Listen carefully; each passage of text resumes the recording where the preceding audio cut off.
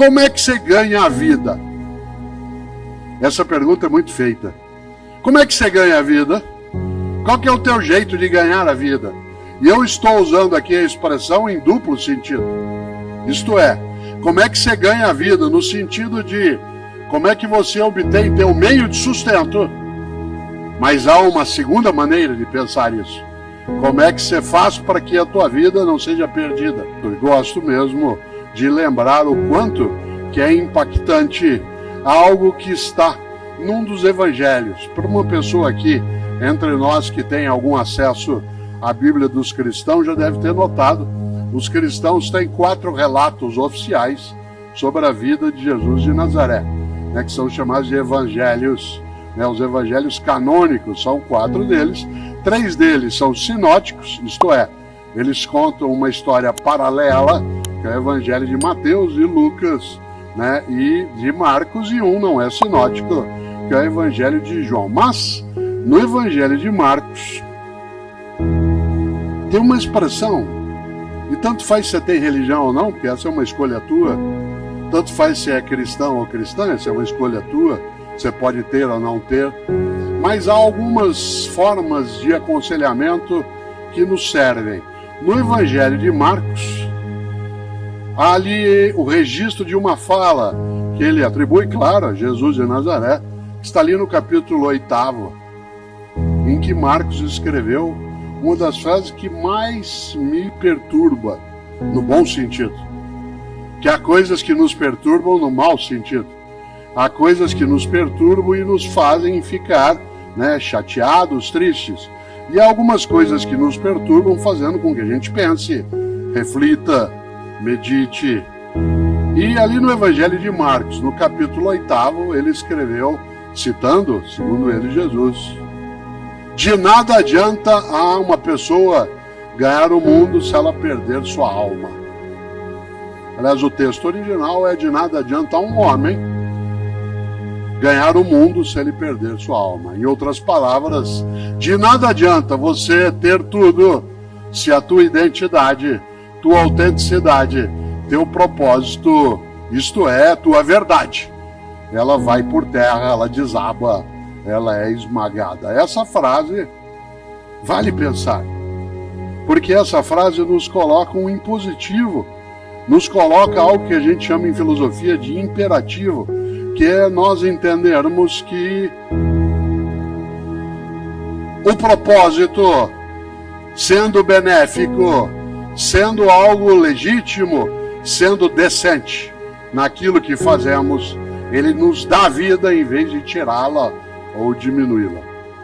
De nada adianta uma pessoa ganhar o mundo se ela perder sua alma.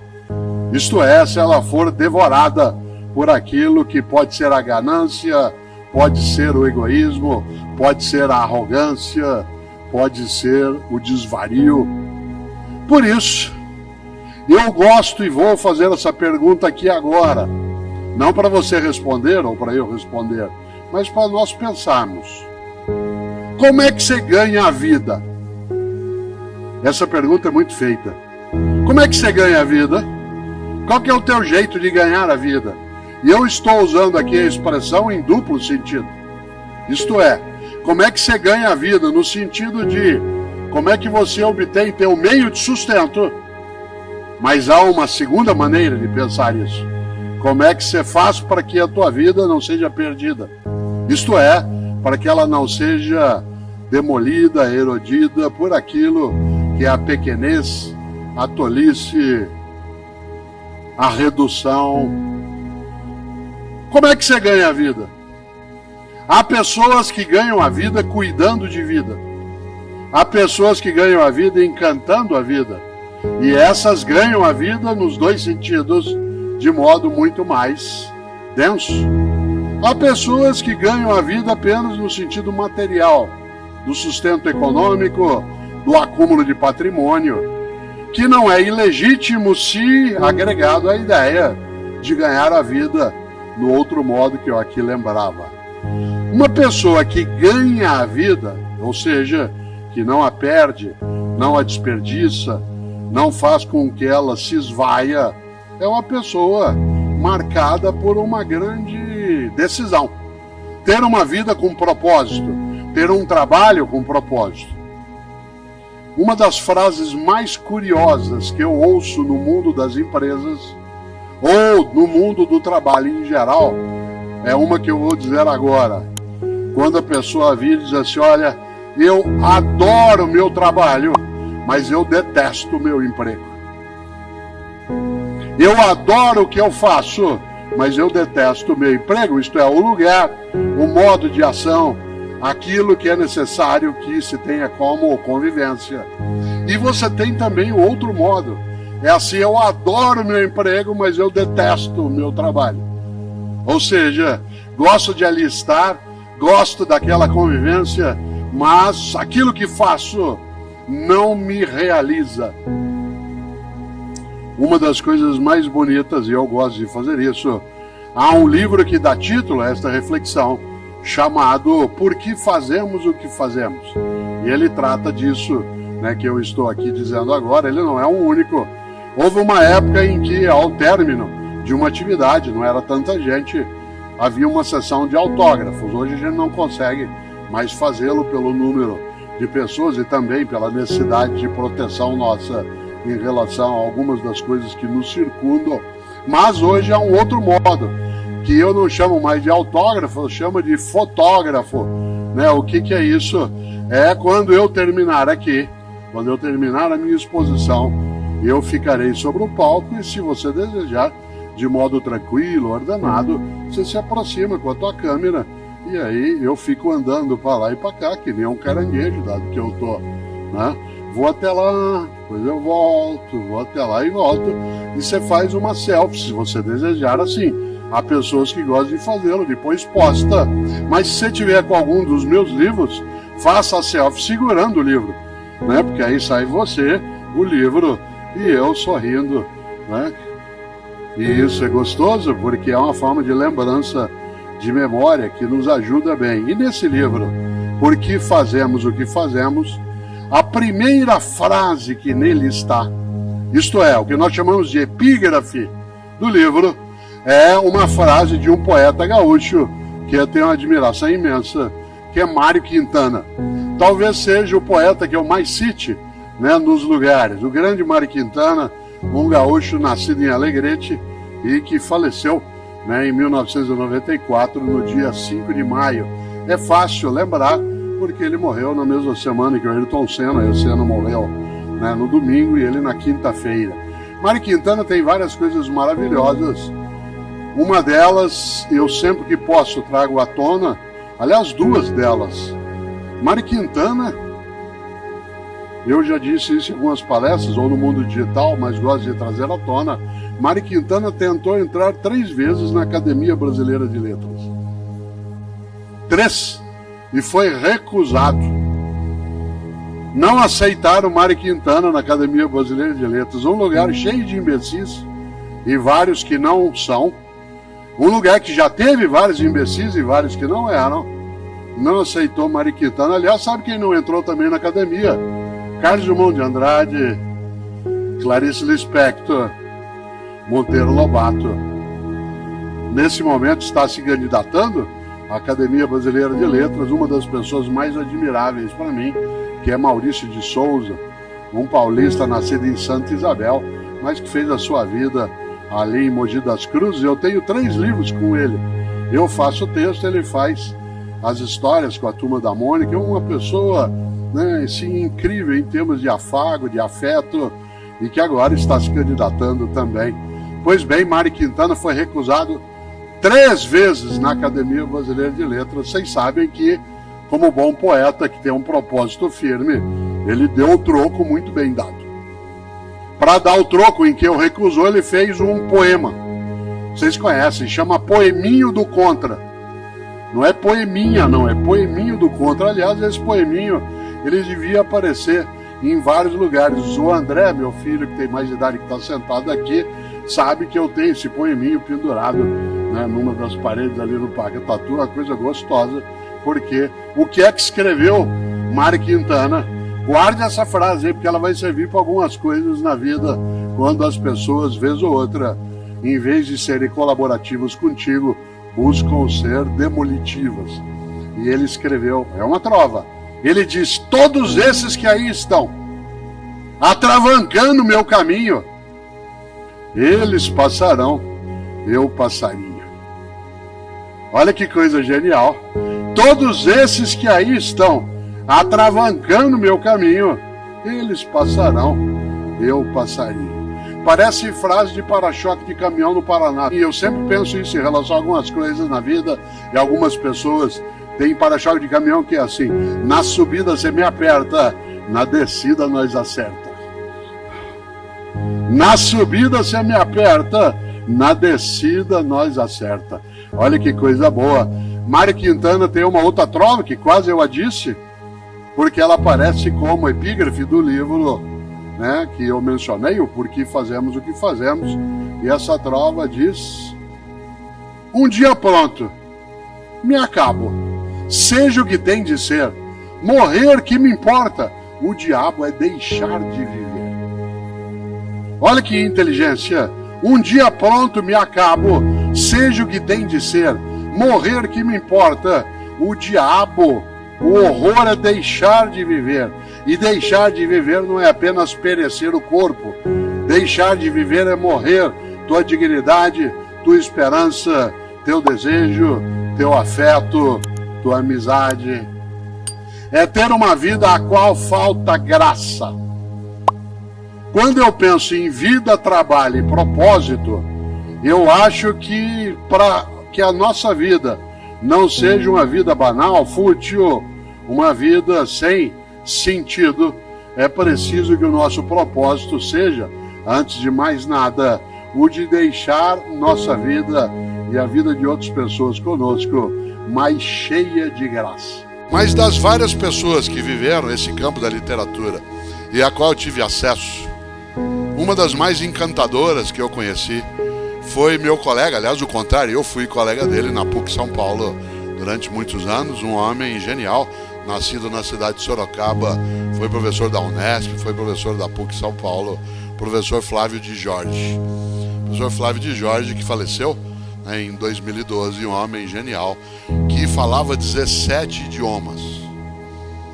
17 idiomas. Ele dominava 17 idiomas. Ele tinha uma voz tonitruante. Ele fumava até quase o final da vida, ele fumava. E ele fumou durante décadas o que alguns de nós fumamos, que era cigarro sem filtro. Se com filtro já é encrencado, imagina sem filtro. E quando apareceu só o cigarro com filtro, ele os cortava, tirava o filtro. E ele dava aula, né, andando e fumando, e a voz dele era grave. Eu conto isso no livro. O professor Flávio de Jorge, ele declamava, para vocês terem uma ideia, a Ilíada e a Odisseia inteira em grego antigo. A Ilíada e a Odisseia, aliás, dos 5 filhos dele, ele ensinou algumas das filhas a declamarem a Ilíada em grego. Com 9 e 10 anos de idade, as filhas declamavam a Ilíada em grego antigo. Uma criança de 9 anos de idade que declama a Ilíada em grego é uma criança absolutamente chata. No entanto, ele conseguiu com elas uma coisa maravilhosa, que elas não fossem chatas, porque elas não usavam a arte para humilhar, mas para encantar. Ele não pedia a elas que declamassem para elas mostrassem o que elas sabiam, mas porque ele queria que elas encantassem. E elas nos encantavam com essa ideia. Portanto, ela usava a arte para produzir beleza, e não humilhação, não diminuição, não soberba, não orgulho tolo. Interessante porque o professor Flávio de Jorge era um homem que tinha declamações em alto estilo. Ele tem poemas que são até hoje guardados, foram gravados, tem até um conjunto de uma coisa antiga que alguns conhecem, chamado CD, um conjunto de CDs, em que ele declama vários poemas. Vocês o encontram em algumas livrarias ainda. É interessante porque ele declamava Fernando Pessoa como ninguém, declamava, né, trechos, né, da Odisseia e da Ilíada, e às vezes a declamava inteira. E vez ou outra a gente tinha algumas atividades em comum na PUC São Paulo, e eu tive a ocasião, em alguns momentos, de fazer com ele uma coisa especial. Aos sábados à tarde, vez ou outra, a gente fazia um sarau litero-filosófico. Isto é, Ele falava de literatura clássica greco-romana e eu falava um pouco de filosofia greco-romana. Era livre, ia quem quisesse. Ficava lotado de gente. O que levaria um ser humano em sã consciência aí no sábado à tarde ver alguém falar de literatura e filosofia greco-romana? Uma única coisa: abrir a cabeça. O melhor de mim é aquilo que eu ainda não sei, aquilo que eu desconheço, aquilo que me renova, aquilo que me coloca numa rota de criatividade, não de esgotamento. E o professor Flávio de Jorge, com aquela voz tonitruante, ele estava um dia na sala declamando a Ilíada. Vocês sabem que a Ilíada é uma obra atribuída a Homero, não há uma autoria certa em forma de poema. Ela é belíssima. Ela tem uma versão para crianças da Ilíada Odisseia. A melhor tradução para crianças que eu já vi é da Ruth Rocha, que tem Ilíada e Odisseia. Se você tiver crianças, você faça isso. Leia para elas. A obra em si, para adultos, ela é um pouco mais sofisticada. Mas para crianças, a Ilíada e a Odisseia, na versão feita pela escritora Ruth Rocha, ela é quase imbatível. E é maravilhoso imaginar o quanto que essa literatura percorre o tempo. Vocês sabem que não se tem certeza se Homero existiu. Ainda assim se acredita que talvez fosse um conjunto, né, de escritores que acabou sendo denominado Homero. Também na Bíblia dos judeus, dos cristãos, também existe isso. Não há necessariamente a autoria dos livros. Às vezes se dava um nome genérico e aí ele é que ficava como autor. Pois bem, a Ilíada trata, como sabem, da Guerra de Troia, na sua fase inicial, quando os gregos vão lá buscar Helena e retirá-la, né, dos braços de Páris, né, retirá-la daqueles que a raptaram. A Ilíada trata da morte de Aquiles. A outra obra chama Odisseia, trata da vida de Ulisses. Ora, se a obra trata do Ulisses, por que ela não chama Ulisseia? Porque Ulisses é o nome romano de um grego chamado Odisseu. O nome grego de Ulisses é Odisseu. Ulisses é o nome romanizado. Por isso a obra se chama Odisseia, que conta a história de Ulisses. A Ilíada conta a história de Aquiles. Ela não se chama Aquilíada porque a obra trata daquilo que é a Troia da época e a região, que no antigo termo era chamado de Ilion. Toda aquela região era chamada de Ilion, por isso Ilíada. Eu estou contando isso por uma razão. Vocês sabem que Aquiles morre na Guerra de Troia. E ele morre porque ele é punido pelos deuses. Os deuses punem Aquiles por ele fazer uma coisa inaceitável ainda hoje. Aquiles morre porque ele pratica algo que os deuses não admitem, que é impiedade. Impiedade. Vocês sabem que Aquiles era um semideus grego, filho de uma mortal com um deus. E quando ele nasce, a mãe, todo mundo aqui já leu isso um dia ou já ouviu falar, a mãe é orientada a mergulhar o filho no rio sagrado para que ele fique invulnerável. Isto é, para que ele fique com o corpo fechado, para que ele fique inatingível. E a mãe pega o bebê quando ele nasce, segura pelo calcanhar e enfia no rio sagrado. E ele fica absolutamente blindado, exceto no calcanhar, porque ela o mergulhou segurando pelo calcanhar e esqueceu depois de dar uma viradinha, né? Esses relatos são maravilhosos. Aquiles morre com uma flechada no calcanhar. Aquiles, aliás, ele morre porque Aquiles achou que não tinha um calcanhar de Aquiles. Aquiles achou que era invulnerável por completo, e ninguém o é. Aquiles achou que era inatingível por completo, e ninguém o é. Por isso Aquiles morreu com uma flechada no calcanhar, porque achou que não tinha um calcanhar de Aquiles, mas o Aquiles tinha um calcanhar de Aquiles, que era o próprio calcanhar. E a história mostra que os deuses permitiram que os troianos atingissem Aquiles no calcanhar, porque ele praticou impiedade. Ele matou em combate o filho do rei de Troia, e em vez de entregar o filho para os pais poderem sepultá-lo, chorá-lo, honrá-lo, ele decidiu humilhar os derrotados.